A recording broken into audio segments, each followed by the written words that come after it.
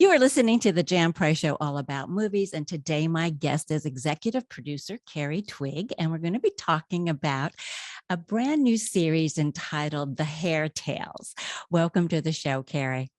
Thank you. Thank you so much for having me, Jan. I'm really happy to be here. Oh, it's my pleasure. This is, I loved watching a number of the episodes and that I got to see already, but that this was kind of an interesting topic. How did this come about that you decided to do a series around hair, Black women's hair particularly? Mm-hmm.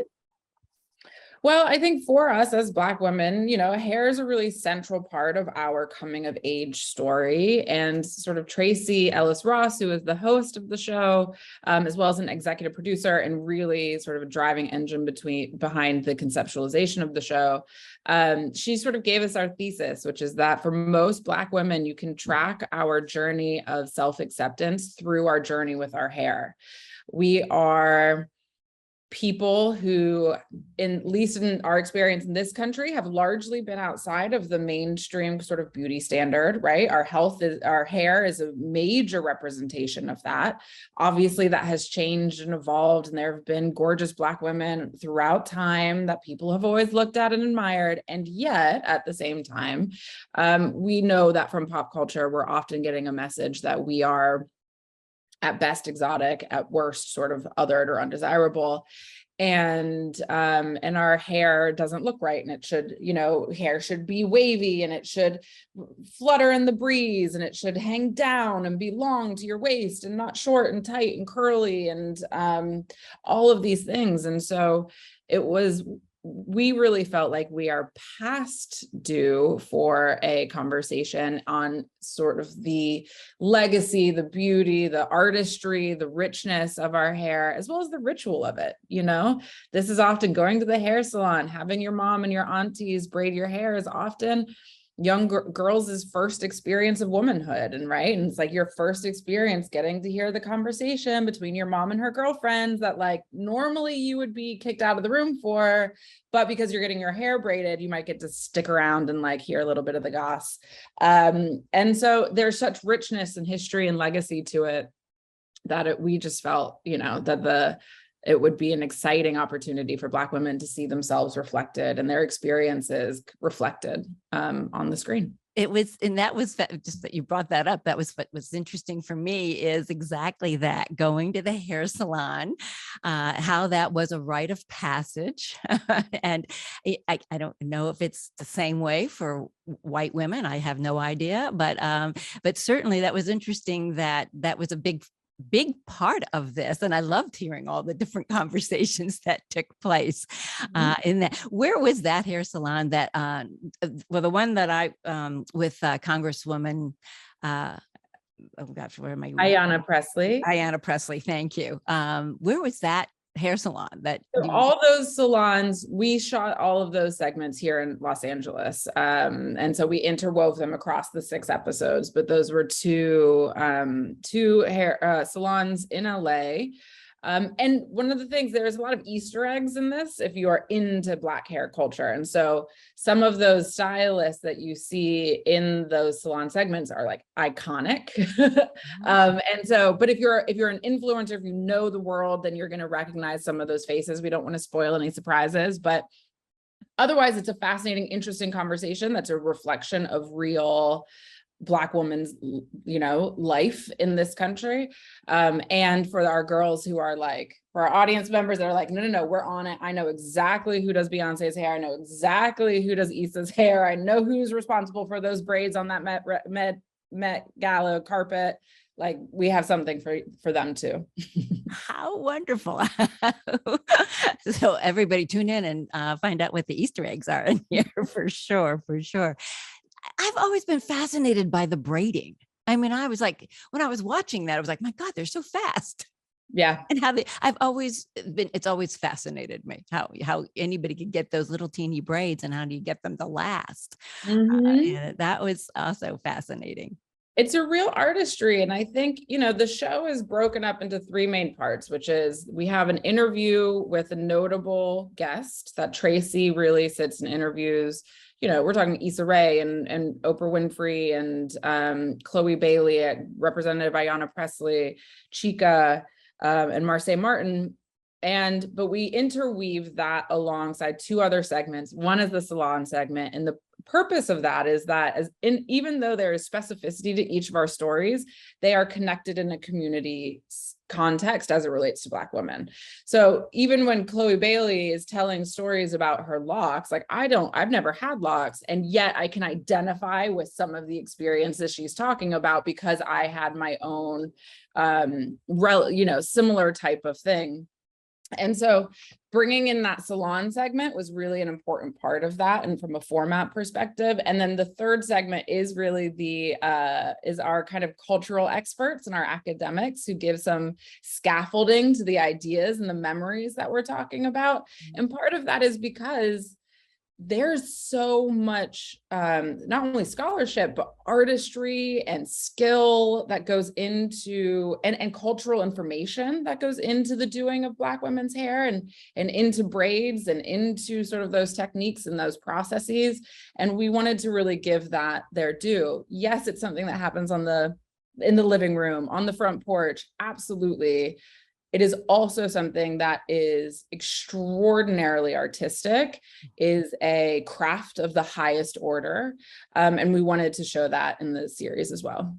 And you did. It's great. Let's talk about Congresswoman Ayanna Pressley, because I loved what she had to say, and certainly her bravery, about coming out with alopecia.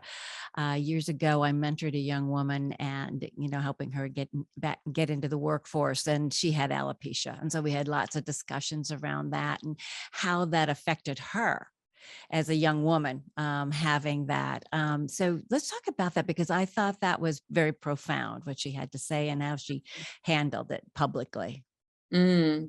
I know. I mean, I remember us filming that interview, and just you could have heard a feather drop, not even a pin. We were riveted by that story, and everyone had chills, and people were just silent, crying. And we'd filmed in Boston, and I think that was one of the days where we had a local crew member who came up and was like, I took this as a gig. I knew it was about Black women and your guys' hair, but which is not in the thing. And he was like, that was one of the most moving things I've ever heard. This is one of my favorite things I've ever shot. And that's that from a 60-year-old white guy who's never thought twice about Black women or our hair. It was a real testament to what was happening in that room that day. But I think that was having Representative Pressley on was so significant and important to us for a handful of reasons. One is she is an exemplifier of courage, right? In kind of this incredible way. Two, there is a political reality to Black women's life in America, right? Whether it's having to actually legislate the fact that you cannot cut off children's hair because it is dreadlock, because it's in locks, because it's in braids, whether it's that we can't be fired for how our hair naturally grows out of our head. Black women are living in a context in this country where we still need legislation to say that, which is absurd, right? Absurd. Totally. I agree. And her being an elected official was really important for us to have that brought in. And then third, and perhaps most importantly, and she says it, you do not need hair to wear a crown. This is what we are. Yes, it's a celebration of beauty about hair, but it's also not a show about hair in so many ways. It's a show about our personhood. And, Representative Pressley telling the story about how she located her womanhood, her desirability, her sensuality and attractiveness without having hair was really powerful, and I think really important to us. We are not just our hair. We are not just our bodies. We are not just our physical attributes, right? And that is something that needs to be said alongside a celebration of the physical, in a way that we were really adamant about, and there was no sort of hesitation. There was pure enthusiasm from every executive producer, from everyone at the network. Everyone got it immediately about why we were making a show about hair without, with a woman who has none.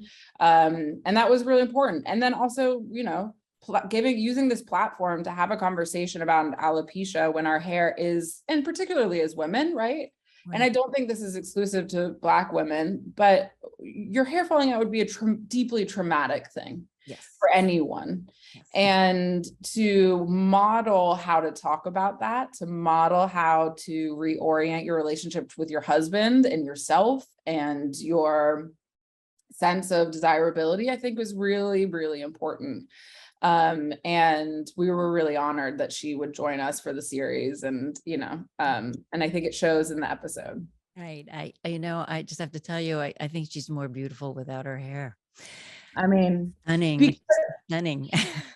Absolutely. And just the life force that is coming out of her, and she is so compelling and attractive, and you're just like, that confidence is radiating off of her, through her. It's extraordinary. And you feel that definitely in this interview with her, you definitely feel all of that, the energy, and she's just pretty amazing. But you showed pictures of her, throughout her life with her, different various hairstyles. And I thought, but she's just, something about her now is just even more, she's powerful, and she's just more beautiful and stunning in that. So, and I loved how a couple of times in that interview, how she reached out for Tracee Ellis's hand. And that was just there was a couple of moments, and it was just so beautiful. There were different moments. And I just thought, how wonderful is that? And talking about your sisterhood, I just thought that was just it's a beautiful segment. It really is. You've produced, you are you're an amazing woman in your own right. And so I really was looking forward to interviewing you today. You are the co-founder of Culture House. Let's talk a little bit about Culture House and what it's about and how you got involved in that. Great. Culture House is a Black, brown, women-owned production company. There's myself and two other women founded it together in 2018. It's so what was time before the pandemic? Right. But 2018, somewhere in there. And my partners, Rachel Najan and Nicole Galevsky, are absolutely extraordinary, and they had been working together for quite some time. I was newer to New York and completely new to film and TV. They are longtime producers and have sort of made everything from your tiny, rinky-dink student film when you're in high school to large scale, massive kind of commercial features. And sort of everything in between. And they were, working together and working on various projects. I have a background in politics and government, so I come out of the Obama administration and had been doing very different work for the majority of my career. Before leaving in 2016, because Hillary Clinton was going to be president, obviously. And I was like, I'm tired. Working at the White House is hard. I'm going to go to New York and do something fun. And half of that worked out. But to me, it's not a coincidence that so many people left the Obama era and went into storytelling, including the Obamas, right? And I don't want to put any words into the mouths of my former colleagues or former bosses, but I think because we're all people who are animated by the idea that society can and should change. And you think that, at least in my case, you think the place that you do that has marble floors and columns and is in Washington, D.C. And so you go and you do that, and then you just bang your head up against a wall. And don't get me wrong, we did all sorts of things that we're really proud of.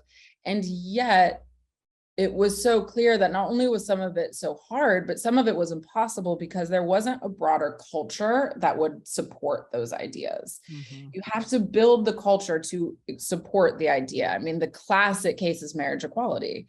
Culture was building the case to support the idea that Ellen DeGeneres, that Will and Grace, that Queer Eye for the Straight Guy, all of these shows, they were building the case that these folks are just like you. They live amongst us. We love them. They can contribute in meaningful, profound ways and deserve fairness, right? And so that really was a cultural play that then we were able to legislate around and able to then codify legally. But it was culture first. And so I think so many of us left the Obama era and we're like, we are once again at that time when we need to build a culture to support some of the ideas that we're thinking about. And as we're talking about the hair tales, right? We're showing people the hair tales is a window, it's a portal into the lived experience of Black women in our hair. And we talk about things like the Crown Act, and we talk about things that require more buy-in in order for us to make it happen. You know, I had teachers telling me when I was a kid, I'd walk into school and a teacher would be like, Carri, you look like you put your finger in a light socket. Like, why do you look like that? In front of the entire class. And would like ridicule me for my hair in front of an entire classroom of people. Because they also had no culture around seeing me for who I am and beyond, you know, all these things. So I'm sorry, I realize this is a bit of a rambling answer. No, it's covering a lot of ground. Keep going, girl. You're on a roll. And so when I met Ray and Nicole, you know, we also shared a vision that about the power of storytelling, right? And that all media should have a purpose and have a point. No media is neutral, even if they say it is. It's just an impossibility. If it was made by human beings, it has a point of view. That is just the reality. And we all sort of found each other and collectively we're like, let's not run away from that. Why would we run away from that? People know where to go if they want a lecture. People know where to go if they want a sermon. It usually isn't their entertainment hours. It usually isn't Hulu or Disney Plus or whatever. So we really honor that. We honor the gift of someone's attention by not preaching to them, not, you know, trying to lecture anybody, but we're unabashed about the fact that like this is a big world. All of us need to know what's going on out here. All of us need to engage with these ideas, learn about each other, and it's great and it's beautiful and there's amazing storytelling. And so the three of us really kind of came up with the concept of Culture House as a storytelling vehicle, or as a company that's interested in storytelling at that intersection of pop culture and politics. Has to be fun, has to be engaging, but it does have a real world implication to it. It is about thinking about how we're constructing the culture. Right, so right. Beautiful. Thank you. You know, that's one of the reasons, and I've said this over and over again on this show, that I love what I do, because I get to help highlight documentaries and these kinds of series, so people will go and watch them and learn, because there's so much we don't know, and it's an education process, as you say, for all of us. And so I think it's great what you're doing with Culture House and where you want to go. You brought up President Obama, and let's talk about what you did for President Obama when you were in the White House, and also Vice President Biden at that time, and your new role that President Biden has, that you have now started working with him, working with the Kennedy Center. Let's talk about both of those things a little bit, Carri, because that's pretty amazing. You're a young woman. You've accomplished a lot in a young time, in a very short time. And I just really appreciate and honor you for that, because you're an inspiration on your own. Thank you so much. I really appreciate that. So I had a very fancy title at the White House that I'm always sort of a little bashful about saying, because it makes me sound really important when I wasn't. So I was special assistant to President Obama and director of public engagement for Vice President Biden. And so then what does Vice that President mean? Biden. I'm sorry. So exactly. So what that means is I did a lot of sort of our external relationship building and strategy around things like paid sick days, expanding the minimum wage, collective bargaining, all of our engagement with unions, sort of those middle class, like very middle class economic issues, was working to support the president's agenda on all of those things.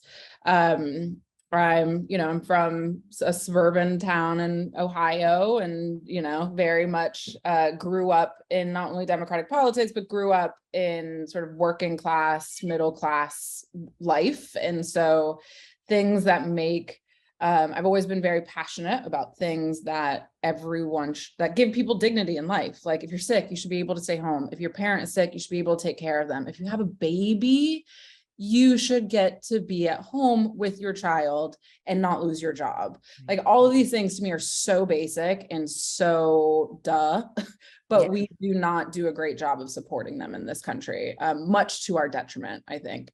So I worked on all of those policies, and then for then Vice President Biden was his director of public engagement. So if anyone knows anything about the White House, if anyone remembers Valerie Jarrett, I was Joe Biden's Valerie Jarrett. Okay. Yeah. And without the 40-year friendship, but I did that kind of sort of, when Joe Biden says like, me and the firefighters are dear friends, like I'm the person responsible to making sure that stays true all the time, that it is true and that stays true.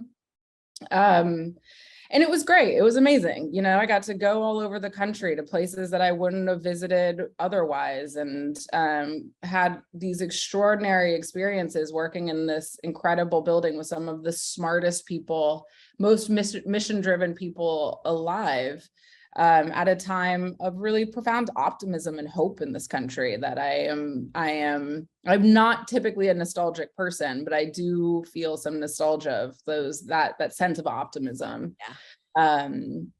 which we feel very, very far away from now. So as one of, Joe Biden's senior advisors, I of course stayed in touch. Joe Biden is a model American. I mean, that guy, you don't have to agree with him from a political or policy perspective, but he is a good man. He is a wonderful, truly a good man. Yes. And you'd be hard pressed to find anyone who's known him over his very long career who would say otherwise, even if they radically disagree with him, right? So, of course, have stayed in touch and have stayed sort of as helpful as I can while not getting like too sucked back into the vortex that is Washington, D.C. And so was very, very honored to be appointed to the President's Advisory Committee on the Arts, which is an entity that really helps the Kennedy Center, which is sort of our national arts hub in Washington, D.C., with some of their programming and fundraising and sort of, just supports their mission and their goals. That's wonderful. It really is wonderful. I had George Stevens Jr. on my show recently. You know who he is. He's the one who got the Kennedy Center honors. He started those, and also, the AFI, starting that too. So it's fascinating. He's a fascinating man. I don't know if you've had the opportunity to meet him. I haven't. Hopefully we'll cross paths soon. Yes. Yeah. Fascinating. He's 90 years old. He's going strong also. So you also attracted, we have only a short period of time, but you attracted Oprah Winfrey. She's one of the producers on this also, on the Hair Tale. She is. And she's also being interviewed. She's also interviewed in the series. That's right. So she is an executive producer and a guest on the series. We had pitched the Oprah Winfrey Network own the series. Her team, to their credit, were like, of course, we love it. We're buying it. And we're going to show it to Miss Winfrey, who, again, there is specificity in all of our individual lives, but as it relates to Black women and our hair, there is a deep sort of like resonant community and shared experience and shared language that we all get to participate in. And so when her team, when Miss Winfrey's team showed her the concept and the deck and all the pitch materials and so on, she said, not only do I want this on my show for my viewers, but I also want to be a part of it. And so I will do an episode and I will be an executive producer. And, you know, as a little newbie, I'm not as young as I look, but I am certainly new to film and TV, and to have, you know, your second or third project be joined by Miss Winfrey is a profound statement and very exciting. And so we were just honored and so thrilled to have her. And, you know, both, I mean, her and Tracee, like these are women who understand the arc of storytelling, who understand reflexively the industry that we are in. They're incisive and experienced and brilliant and beautiful and funny and warm. And so, I mean, we really hit the lottery. We did. Had to be a pinch me moment, I would think. You can't even do that. Yeah. Carri, it's such a joy to have you on the show. I'd love to have you come back, but we have to just let everybody know where they can watch the Hair Tales and when it's premiering. It's on Hulu, but it is on Hulu and OWN. And on OWN. It is on linear on OWN and streaming on Hulu starting on October 22nd. Great. I wish you much success with this project, and I look forward to having you back on with your next project. Thank you so much. Jan. Absolutely. Anytime. Thank you. Have a great day. Bye-bye. Bye-bye.